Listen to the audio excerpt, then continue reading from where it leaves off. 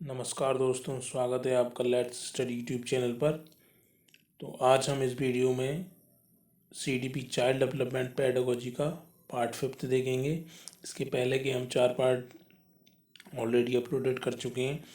तो चलिए स्टार्ट करते हैं। ये हमारा पार्ट 5 जो कि आपको सभी टीचिंग एग्ज़ाम्स में काफ़ी हेल्पफुल रहेगा। तो चलिए स्टार्ट करते हैं। हमारा पहला क्वेश्चन है, कक्षा का एक शरारती बालक अन्य छात्रों को परेशान करता है। एक अध्यापक को उसकी समस्या का कारण जानने हेतु किस विधि का प्रयोग करना चाहिए। कोई बच्चा है जो क्लास में काफ़ी शरारत करता है, तो उसकी जो परेशानी है उसको जानने के लिए टीचर को किस मेथड का यूज़ करना चाहिए। तो इसका जो राइट आंसर होगा वो होगा ऑप्शन नंबर बी, यानी व्यक्तिगत अध्ययन, यानी उसका इंडिविजुअल हम स्टडी उसको कराएंगे, उससे समझेंगे कि उसकी क्या परेशानी है। तो इसका राइट आंसर हो जाएगा ऑप्शन नंबर बी। अगला क्वेश्चन है, जब विकासवादी सामान्य परिवर्तनों का अध्ययन करते हैं जो सभी मनुष्यों के लिए विशिष्ट हैं, तो इसे के रूप में जाना जाता है। तो किस के रूप में जाना जाता है? निर्देशात्मक विकास के रूप में, भाव सूचक यानी आइडियोग्राफिक विकास के रूप में, अनौपचारिक विकास के रूप में, या औपचारिक विकास के रूप में। तो इसका जो राइट आंसर होगा ऑप्शन नंबर बी, यानी भाव सूचक। भाव सूचक यानी ऑडियोग्राफिक विकास के रूप में हम उसको जानेंगे। जब विकासवादी सामान्य परिवर्तनों का अध्ययन करते हैं जो सभी मनुष्यों के लिए विशिष्ट हैं, तो इसे भाव सूचक के रूप में जाना जाता है। अगला क्वेश्चन है, वह विधि है खाली स्थान, वह विधि है जिसमें किसी व्यक्ति को उसकी वृद्धि के दौरान एक परिवर्तनशील अवधि के लिए समान व्यक्ति का प्रेक्षण और मापन करते हुए अध्ययन किया जाता है। तो ये कौन सी विधि है इसमें बताना है।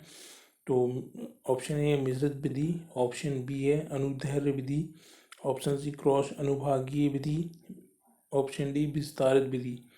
तो इसका जो राइट आंसर होगा ऑप्शन नंबर बी, यानी कि अनुदैर्ध्य विधि में हम व्यक्ति को उसकी वृद्धि के दौरान एक परिवर्तनशील अवधि के लिए उसी के समान व्यक्ति का प्रेक्षण और मापन करते हुए उसका अध्ययन हम कर सकते हैं। तो यहाँ पर ऑप्शन इसका बी राइट आंसर होगा। अगला क्वेश्चन देखते हैं, बाल विकास का अध्ययन क्षेत्र है। बाल विकास यानी चाइल्ड डेवलपमेंट का जो अध्ययन क्षेत्र है वो क्या है? ऑप्शन ए बालक विकास की विभिन्न अवस्थाओं का अध्ययन, ऑप्शन बी वातावरण का बाल विकास पर पड़ने वाले प्रभावों का अध्ययन, ऑप्शन सी व्यक्तिगत भिन्नताओं का अध्ययन। तो देखिए यहाँ पर तीनों जो है हमें सही लग रहे हैं, तो तीनों जो है इसके राइट सभी सही होंगे। तो उपरोक्त सभी इसका राइट आंसर होगा ऑप्शन डी, यानी बाल विकास में हम बालक के विकास की विभिन्न अवस्थाओं का अध्ययन भी करते हैं। बाल अवस्था, शैशव अवस्था, बाल अवस्था, किशोर अवस्था, इन सब अवस्थाओं का अध्ययन करते हैं। वातावरण का बाल विकास पर पड़ने वाले प्रभावों का भी हम अध्ययन करते हैं कि बालक का जो विकास है वो उसके अनुवांशिक और वातावरण से प्रभावित होता है। व्यक्तिगत भिन्नताओं का भी इसमें हम अध्ययन करते हैं। तो इसका राइट आंसर होगा ऑप्शन नंबर डी। अगला क्वेश्चन है, निम्नलिखित में से किस विधि का उपयोग किसी व्यक्ति के व्यवहार का उसकी समग्रता में अध्ययन करने के लिए किया जाता है? क्वेश्चन है, निम्न में से किस विधि का उपयोग किसी व्यक्ति के व्यवहार का उसकी समग्रता में अध्ययन करने के लिए किया जाता है? ऑप्शन ए अवलोकन विधि, ऑप्शन बी प्रयोगात्मक विधि, ऑप्शन सी सर्वेक्षण विधि, ऑप्शन डी केस स्टडी विधि। तो इसका जो राइट आंसर होगा वो होगा ऑप्शन नंबर आपका डी, यानी हम उसकी केस स्टडी विधि से उसका अध्ययन करेंगे। अगला क्वेश्चन है, व्यवहारवादियों द्वारा प्रयुक्त अध्ययन की पद्धति थी। जो व्यवहारवादी थे उनके द्वारा जो अध्ययन की पद्धति वो कौन सी थी? ऑप्शन ए सर्वेक्षण विधि थी, ऑप्शन बी आत्मनिरीक्षण विधि थी, ऑप्शन सी केस स्टडी थी, ऑप्शन डी अवलोकन। तो इसका जो राइट आंसर होगा होगा ऑप्शन नंबर डी यानी अवलोकन। व्यवहारवादियों द्वारा जो प्रयुक्त अध्ययन की पद्धति थी वो थी आपकी अवलोकन विधि।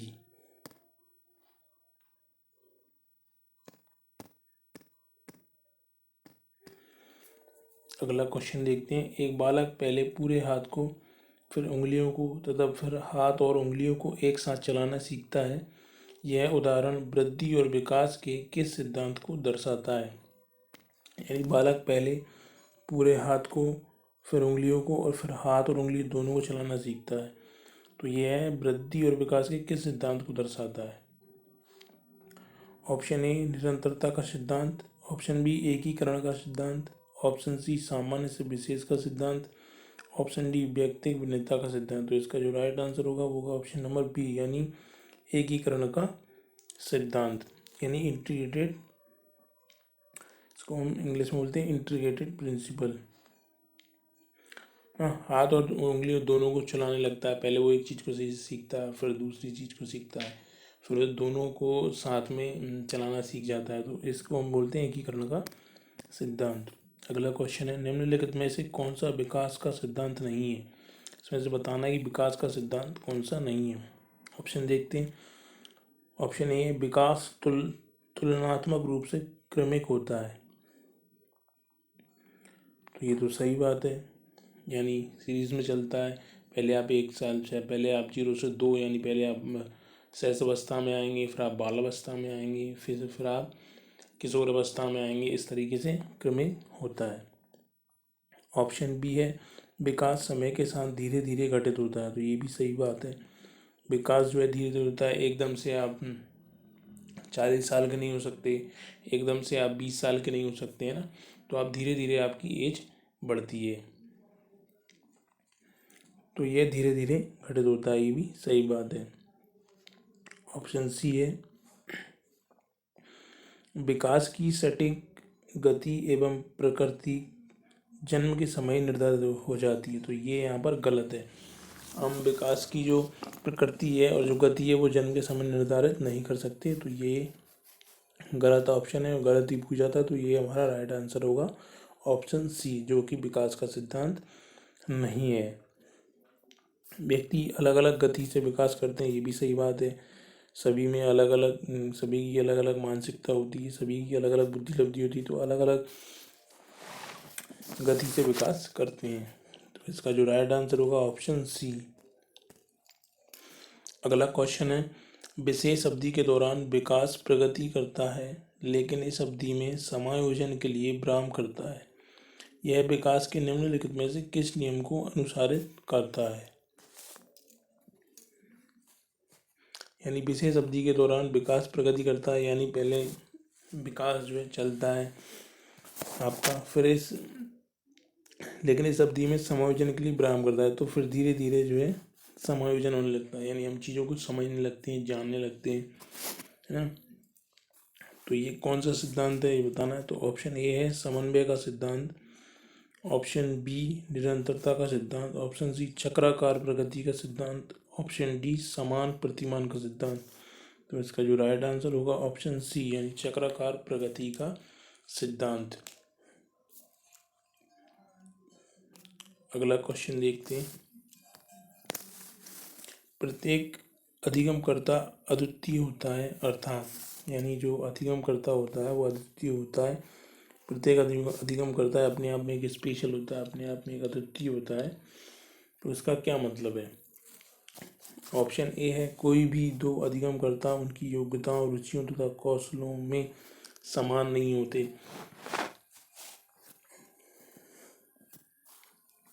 ठीक है, हाँ सही बात है, क्योंकि कोई भी दो अधिगमकर्ता उनकी योग्यता, रुचि और कौशलों में समान नहीं होते। यानी किन्हीं भी दो लोगों की जो बुद्धि लब्धि है वो एक समान नहीं हो सकती, वो एक तरीके से नहीं सोच सकते, सभी अलग अलग तरीके से सोचते हैं।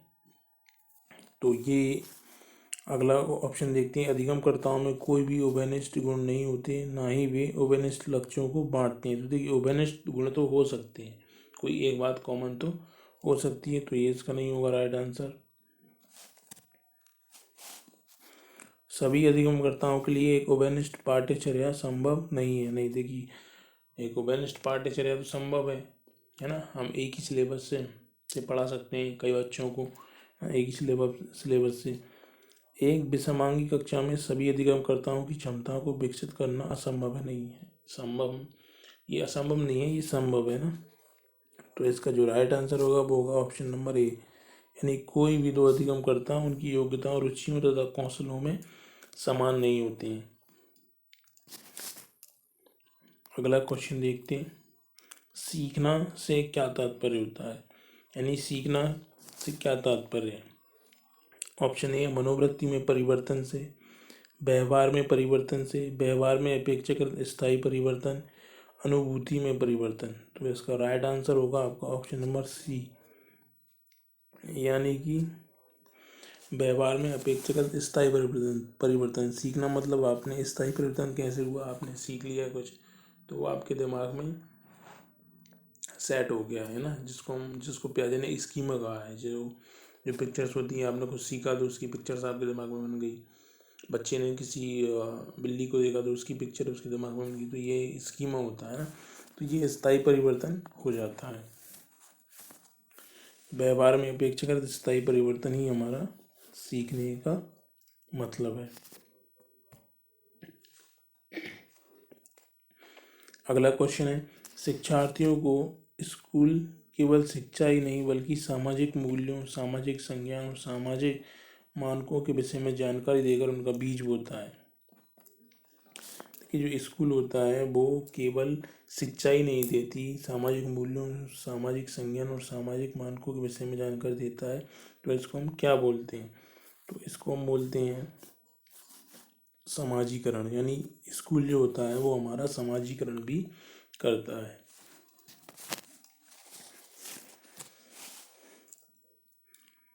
इसका राइट आंसर हो जाएगा ऑप्शन बी।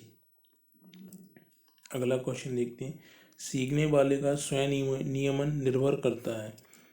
जो सीख रहा है उसका स्वनियमन निर्भर करता है, किस पे निर्भर करता है। तो ऑप्शन ए है उसके द्वारा निर्मित नियमों पर, ऑप्शन बी व्यवहार के लिए विनियमों का निर्माण करने पर, ऑप्शन सी अपने व्यवहार का नियंत्रण करने पर, ऑप्शन डी स्वयं सीखे गए ज्ञान का अनुवीक्षण करने पर। तो इसका जो राइट आंसर होगा ऑप्शन डी इसका राइट आंसर हो जाएगा, स्वयं सीखे गए ज्ञान का अनुवीक्षण करने पर। सीखने वाले का स्वनियमन किस पर निर्भर करता है, स्वयं सीखे गए ज्ञान का अनुवीक्षण करने पर। यानी आपने जो स्वयं सीखा है, खुद से जो सीखा है वही आपका स्वनियमन पर निर्भर करता है। अगला क्वेश्चन देखते हैं, सीखने के अंतर्गत स्कैफोल्डिंग दर्शाता है। स्कैफोल्डिंग शब्द दिया था किसने,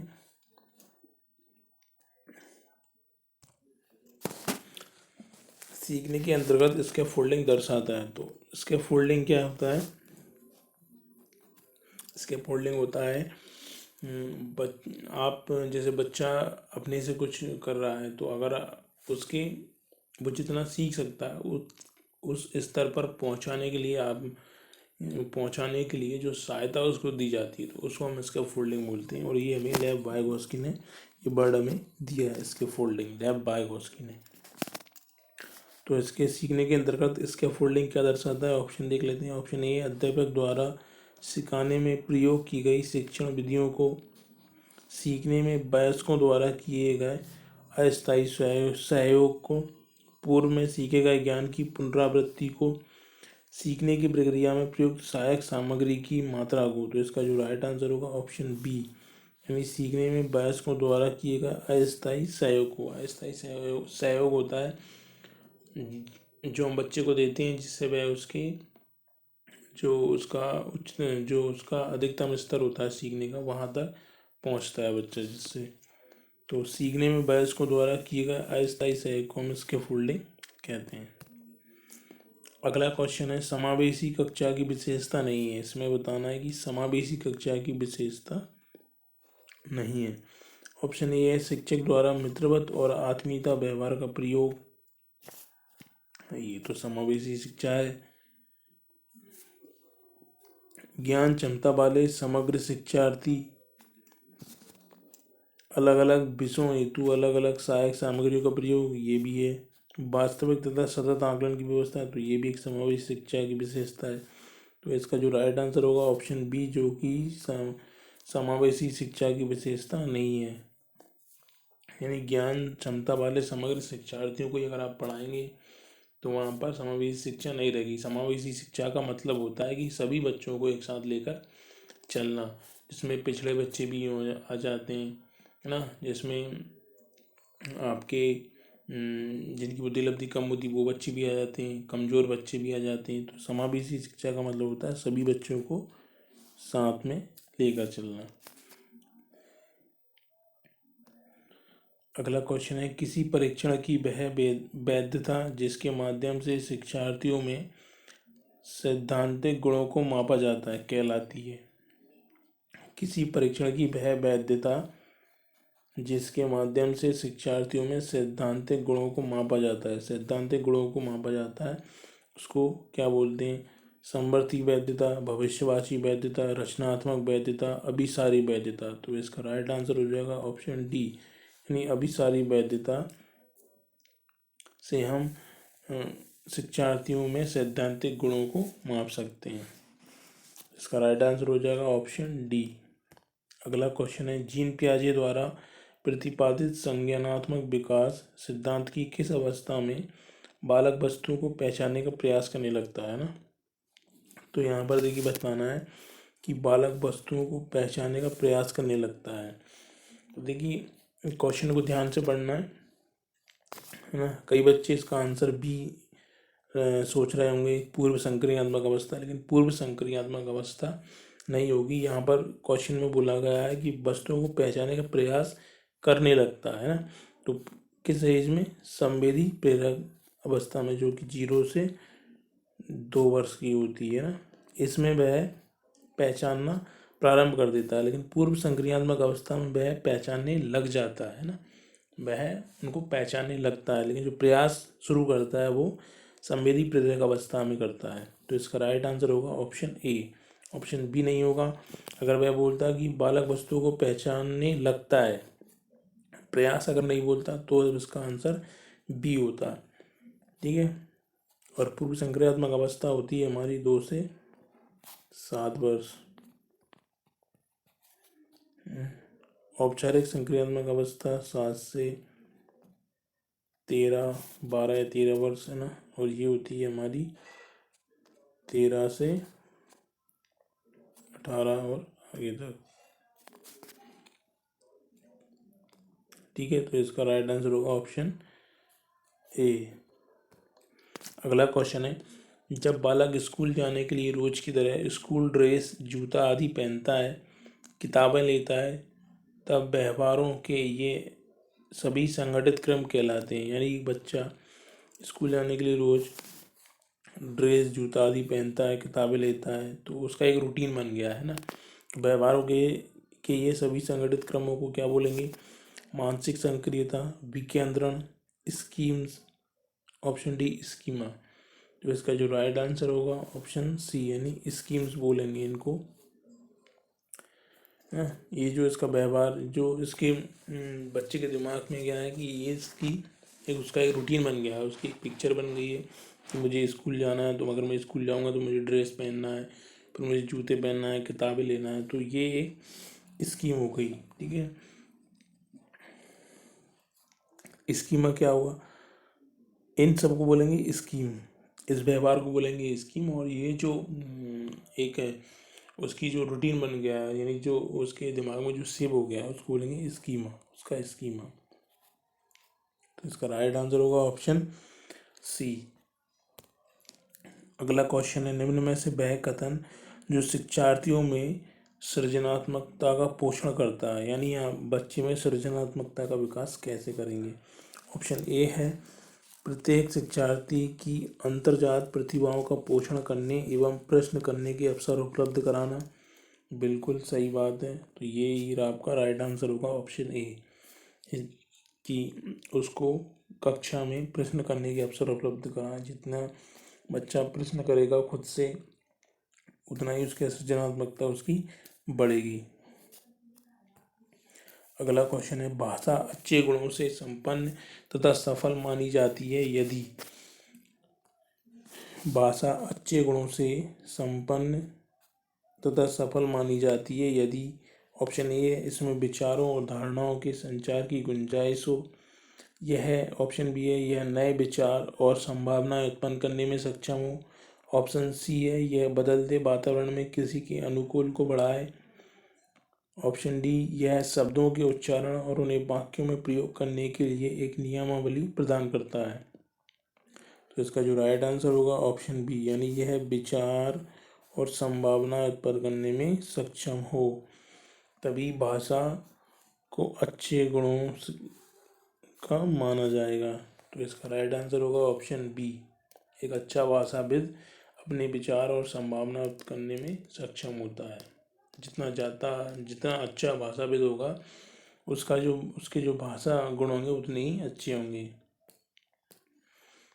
तो इसका राइट आंसर हो जाएगा ऑप्शन बी।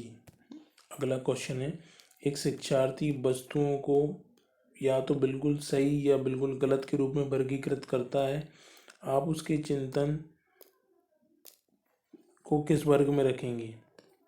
यानी एक शिक्षार्थी है जो वस्तुओं को या तो बिल्कुल सही क्रम में रखता है या फिर गलत क्रम में, तो आप उसके जो चिंतन है, उसकी जो सोच है, आप उसको किस वर्ग में रखेंगे? ऑप्शन ए है नग्न चिंतन, ऑप्शन बी बहुआयामी चिंतन, ऑप्शन सी जटिल चिंतन, ऑप्शन डी संकल्पनात्मक वर्गीय चिंतन। तो इसका जो राइट आंसर होगा आपका ऑप्शन ए, यानी नग्न चिंतन, शून्य चिंतन बोलेंगे उसको। अगला क्वेश्चन है, एक परीक्षण में बहुत सारे लोगों से केवल विषम संख्याओं के प्रश्नों के जवाब देने को कहा गया। बाद में उनसे केवल सम संख्या वाले प्रश्नों का जवाब देने को कहा गया। प्रत्येक व्यक्ति के दोनों अंकों की तुलना करके परीक्षण की विश्वसनीयता का पता लगाया जा सकता है। तो किस चीज़ का पता लगाया जा सकता है? ऑप्शन ए अर्ध विभाजित, ऑप्शन बी समतुल्यता प्रकार, ऑप्शन सी जांच पुनः जांच पद्धति, ऑप्शन डी वैकल्पिक प्रकार जब शिक्षक। तो इसका जो राइट आंसर होगा ऑप्शन ए, यानी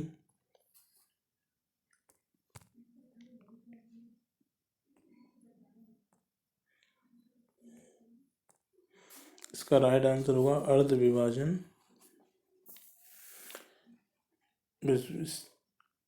अर्ध विभाजन इससे आप पता लगा सकते हैं।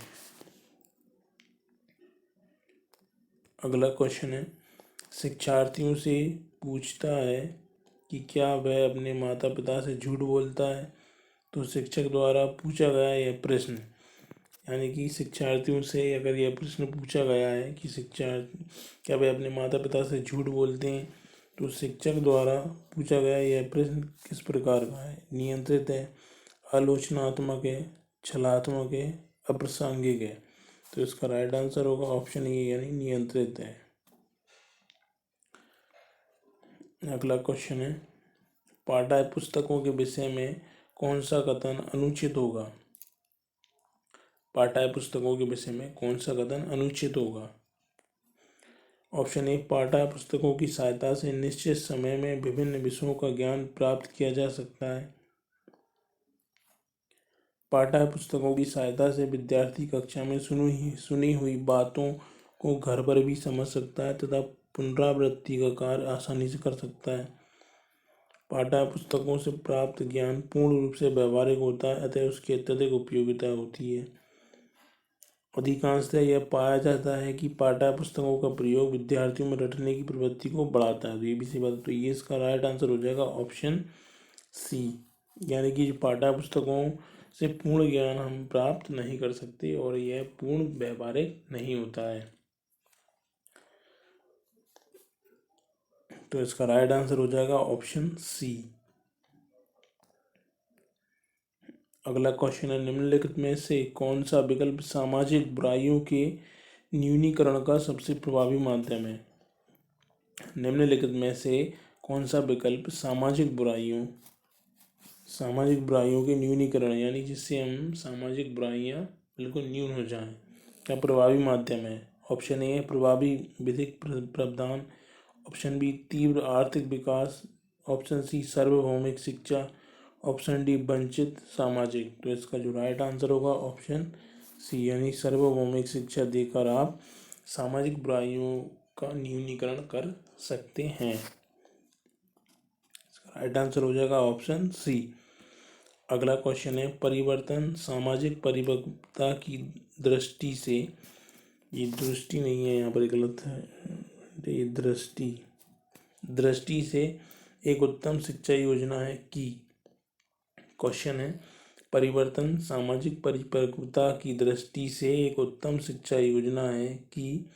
ऑप्शन ए, इन सिद्धांतों को अपनाएं कि यह कुछ अधिक बौद्धिक क्रियाओं के लिए तथा कुछ सामाजिक क्रियाओं के लिए आवश्यक है। कक्षा के संदर्भ में विद्यार्थियों के अधिगम की उचित व्यवस्था की जाए। कक्षा के सभी शिक्षार्थियों को उचित सामाजिक योगदान देने के लिए प्रोत्साहित किया जाए। तो इसका राइट आंसर हो जाएगा ऑप्शन सी, यानी कक्षा के सभी शिक्षार्थियों को उचित सामाजिक योगदान देने के लिए प्रोत्साहित किया जाए, जिससे परिवर्तन सामाजिक परिपक्वता विद्यार्थी में।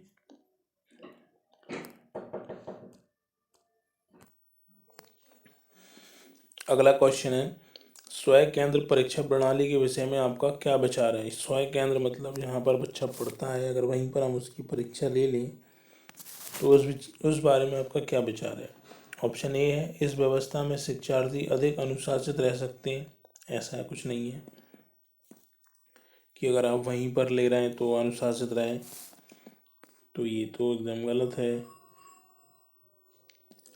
इससे शिक्षार्थियों को नई जगह जाकर समायोजन का कष्ट नहीं झेलना पड़ेगा, ये कुछ ठीक दिख रहा है, यानी कि ये इसका ही राइट आंसर है। इससे शिक्षार्थियों को नई जगह जाकर समायोजन का कष्ट नहीं झेलना पड़ेगा, यानी बच्चा वहाँ जाएगा, रोल नंबर दिखेगा, तो ये सब चीज़ें उसको दिक्कत होंगी। दूसरे परीक्षा केंद्रों पर शिक्षार्थी हताश होकर अक्सर अच्छा प्रदर्शन नहीं कर पाते, तो ऐसा नहीं है। इससे शिक्षार्थियों को नकल की सुविधा हो जाती है, ये भी गलत है। उसका राइट आंसर होगा ऑप्शन बी। अगला क्वेश्चन है, प्रजातांत्रिक पर्यावरण की प्रमुख भूमिका है। प्रजातांत्रिक, अगर बच्चे को प्रजातांत्रिक पर्यावरण मिल जाए तो इसकी क्या भूमिका होती है। ऑप्शन ए, शिक्षार्थियों के बहुमुखी व्यक्तित्व का विकास, शिक्षार्थियों में अपेक्षित अभिवृत्ति का विकास, शिक्षार्थियों द्वारा अपनी दुर्बलताओं का उचित मूल्यांकन, शिक्षार्थियों में स्वास्थ्य आदतों का विकास। तो इसका जो राइट आंसर होगा ऑप्शन ए होगा, यानी कि शिक्षार्थियों में बहुमुखी व्यक्तित्व का विकास होता है जहाँ पर प्रजातांत्रिक पर्यावरण होता है। शिक्षार्थियों में अपेक्षाकृत अभिवृत्तियों का विकास नहीं होगा प्रजातांत्रिक वातावरण से। शिक्षार्थियों द्वारा अपनी दुर्बलताओं का उचित दुर्बलताओं का भी, इससे बच्चा दुर्बलताओं का मूल्यांकन नहीं कर सकता। स्वास्थ्य आदतों का इससे कोई लेना देना नहीं है। तो इसका जो राइट आंसर होगा कि शिक्षार्थियों में बहुमुखी व्यक्तित्व का विकास होता है अगर वह प्रजातांत्रिक वातावरण उसको मिल जाए। अगला क्वेश्चन है, एक सार्वजनिक क्षमता है जिसके सहारे बालक उद्देश्यपूर्ण क्रिया करता है, विवेकशील चिंतन करता है तथा वातावरण के साथ प्रभावी ढंग से समायोजन करता है। तो ये एक सार्वजनिक क्षमता है, तो इसका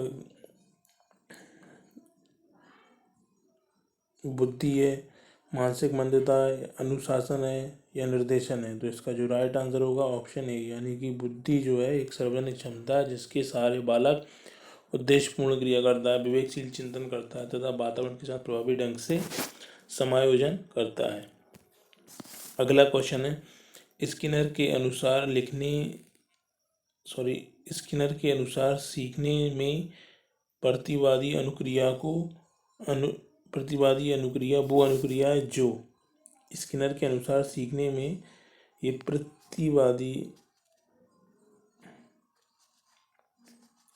प्रतिवर्ती अनुक्रिया वो अनुक्रिया है जो।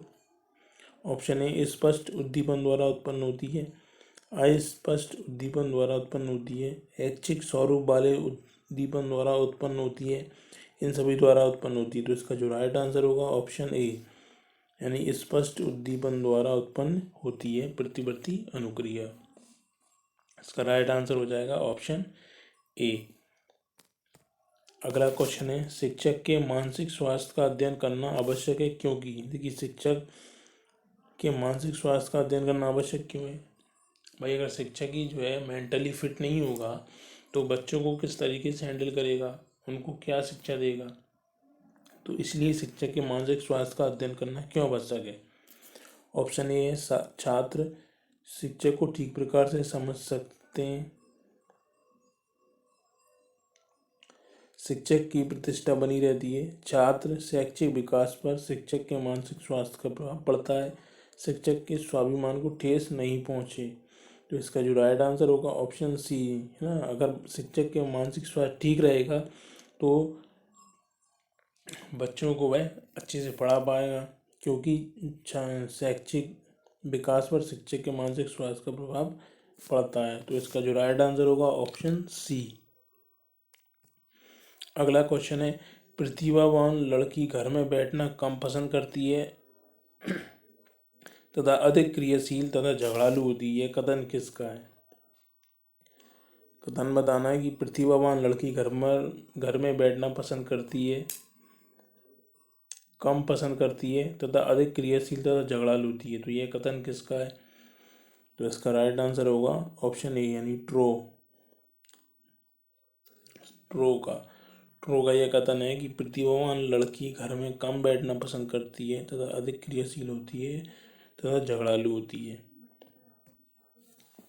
अगला क्वेश्चन है, निम्नलिखित में से किसने कहा है विकास परिवर्तन श्रृंखला है जिसमें बालक भ्रूण अवस्था से लेकर प्रौढ़ अवस्था से गुजरता है।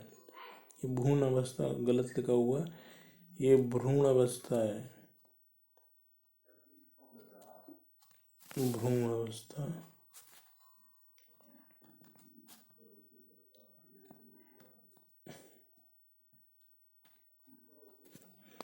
निम्नलिखित में से किसने कहा है विकास परिवर्तन श्रृंखला है जिसमें बालक भ्रूण अवस्था से लेकर प्रौढ़ अवस्था तक गुजरता है। Option A Hurlock, option B James Drever, option C Munro, option D इनमें से कोई नहीं। तो इसका जो राइट आंसर होगा ऑप्शन सी यानी मुनरो ने ये कथन दिया है। अगला क्वेश्चन है, समावेशी शिक्षा प्रक्रिया में अनुकूलन किया जाता है। ऑप्शन ए बाधित और अक्षम बालकों के शिक्षण हेतु, सामान्य बुद्धि लब्धि के बालकों के शिक्षण हेतु, अधिगम असमर्थ बालकों के शिक्षण हेतु, इन सभी के शिक्षण हेतु। इसका जो राइट आंसर होगा ऑप्शन डी यानी समावेशी शिक्षा में इन सभी के शिक्षण हेतु अनुकूलन किया जाता है। समावेशी शिक्षा में बाधित और अक्षम बालकों के लिए भी शिक्षण, सामान्य बुद्धि लब्धि बालकों के लिए शिक्षण, यानी सभी बच्चों को समान लेकर चलना होता है समावेशी शिक्षा में। अगला क्वेश्चन है, जब शिक्षार्थी अपनी विशेष प्रशिक्षण एवं बुद्धि के फलस्वरूप किसी विशेष क्षेत्र में ज्ञान अर्जित करने का दावा करता है तब उसके इस दावे की जांच की जाती है। यानी क्वेश्चन है, जब शिक्षार्थी अपने विशेष प्रशिक्षण एवं बुद्धि के फलस्वरूप, यानी उसका जो प्रशिक्षण और जो बुद्धि दी गई है, जो उसकी बुद्धि है, उसके फलस्वरूप किसी विशेष क्षेत्र में ज्ञान अर्जित करने का दावा करता है तब उसके इस दावे की जांच की जाती है। ऑप्शन ए उपलब्धि परीक्षण द्वारा, ऑप्शन बी वस्तुनिष्ठ प्रश्नों द्वारा, ऑप्शन सी निबंधात्मक प्रश्नों द्वारा, ऑप्शन डी खुली किताब परीक्षा द्वारा। तो इसका जो राइट आंसर होगा वो होगा ऑप्शन ए यानी उपलब्धि परीक्षण के द्वारा हम उसकी इस योग्यता को जांच सकते हैं। अगला क्वेश्चन है, खेल का एक लाभ यह भी है कि वे, ऑप्शन ए बालकों को विद्यालय के खाली घंटे में अनुशासित रखते हैं, बालकों को घर से बाहर रखते हैं, अवकाश काल के उत्तम उपयोग को प्रोन्नत करते हैं, विद्यालय का नाम रोशन करते हैं। तो इसका जो राइट आंसर होगा ऑप्शन सी यानी अवकाश काल के उत्तम उपयोग को प्रोन्नत करते हैं। खेल का एक यह भी लाभ है। अगला क्वेश्चन है, पढ़ने की अक्षमता कहलाती है, यानी अगर कोई बच्चा पढ़ने में अक्षम है तो वह डिसलेक्सिया से ग्रसित है। ऑप्शन ए इसका राइट आंसर होगा। अगला क्वेश्चन है, बुद्धि का प्रकार नहीं है, इसमें से बुद्धि का कौन सा प्रकार नहीं है। मानसिक बुद्धि, मूर्त बुद्धि, अमूर्त बुद्धि, सामाजिक बुद्धि। इसका राइट आंसर होगा ऑप्शन ए मानसिक बुद्धि, मानसिक कोई बुद्धि नहीं होती है ना, मूर्त बुद्धि होती है जिसमें हम जो चीज़ हम देख रहे हैं उनके बारे में सोचना। अमूर्त जो चीज़ें हमें नहीं दिख रही हैं इमेजिन करना। सामाजिक बुद्धि यानी समाज के साथ तालमेल बनाए रखना। अगला क्वेश्चन है, निम्न में से अधिगम के संबंध में सही है। अधिगम के संबंध में कौन सा कथन सही है बताना। ऑप्शन ए, अधिगम सार्वभौमिक है एवं जीवन भर चलता है। अधिगम विकास एवं परिवर्तन दोनों है। अधिगम उद्देश्यपूर्ण एवं सक्रिय होता है, ये सभी। तो इसका राइट आंसर हो जाएगा ऑप्शन डी। तीनों बातें सही हैं यहाँ पर। अधिगम जो है सार्वभौमिक एवं जीवन भर चलता है, विकास और परिवर्तन है, उद्देश्यपूर्ण एवं सक्रिय होता है। तो इसका राइट आंसर हो जाएगा ऑप्शन डी।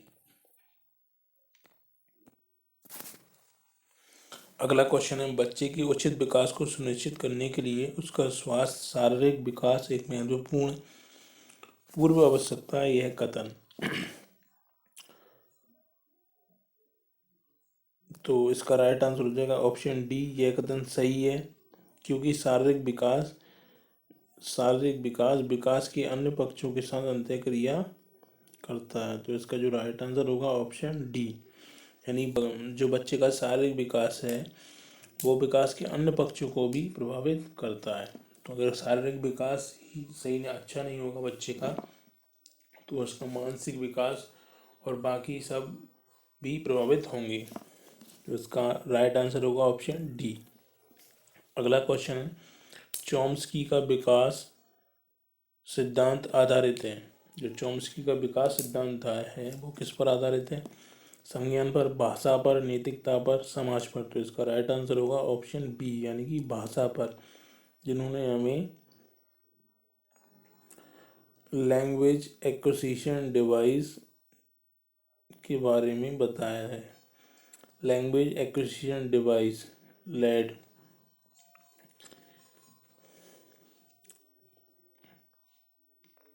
तो इसका जो राइट आंसर होगा ऑप्शन बी।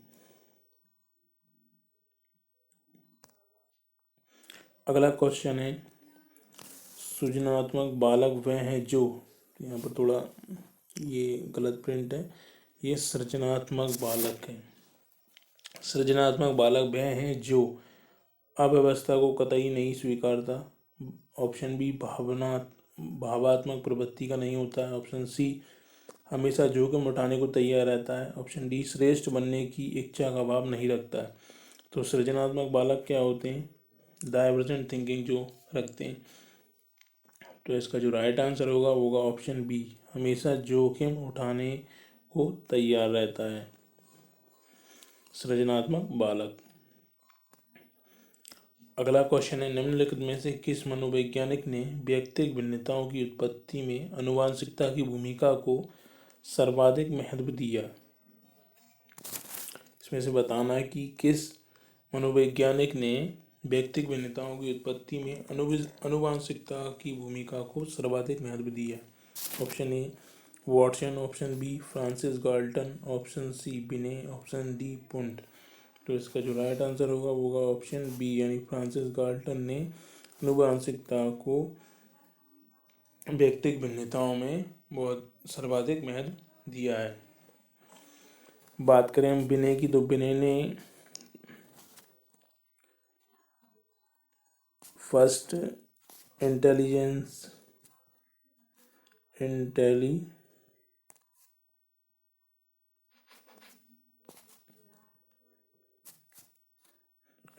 टेस्ट किया था, सबसे पहला बुद्धि परीक्षण किया था बिने ने। ठीक है, इसके बाद इसमें फ्रांसिस गाल्टन जो हैं इनको हम बोल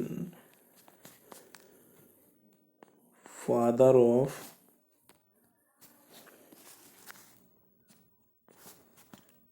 यूजेनिक्स भी बोलते हैं, किनको, फ्रांसिस गाल्टन को। इसका राइट आंसर होगा ऑप्शन बी। अगला क्वेश्चन है, सृजनात्मक विचार प्रक्रिया के जिस चरण में समस्या समाधान अवचेतन स्तर पर आगे बढ़ता है वह कहलाता है। क्वेश्चन है, सृजनात्मक विचार प्रक्रिया के जिस चरण में समस्या समाधान अवचेतन स्तर पर आगे बढ़ता है वह कहलाता है। ऊष्मयान चरण, अलगाववादी चरण, पूर्वोत्तर चरण, चरण चतुर्थ। तो इसका जो राइट आंसर होगा ऑप्शन ए यानी ऊष्मायन चरण कहलाता है। अगला क्वेश्चन है,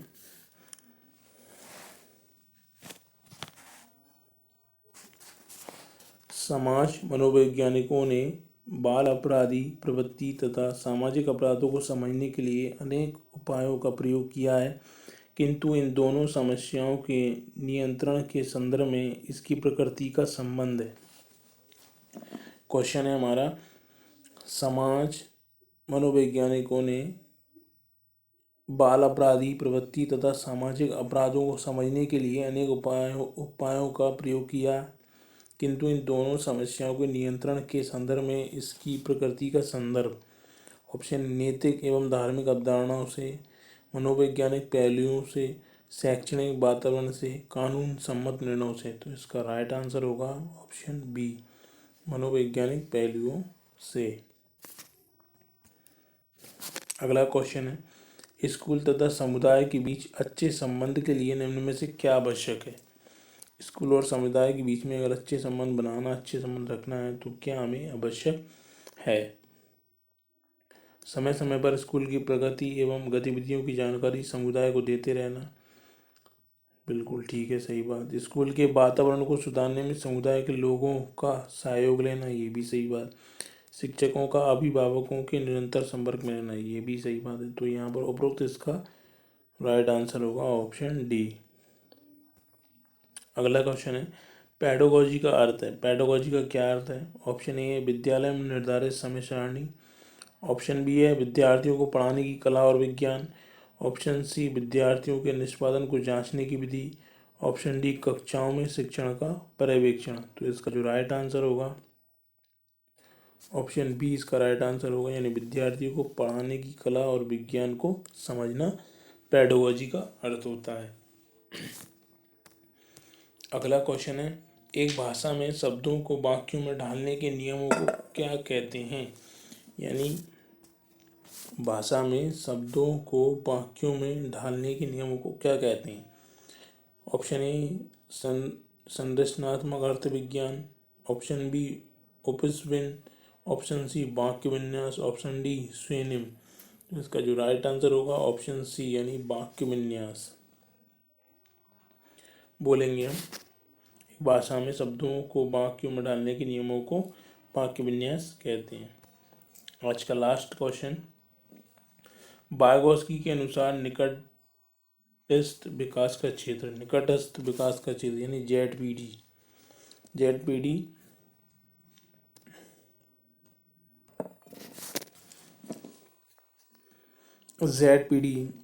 जिसको हम बोलते हैं जोन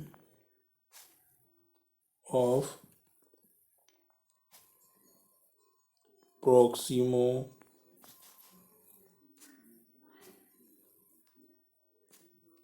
डेवलपमेंट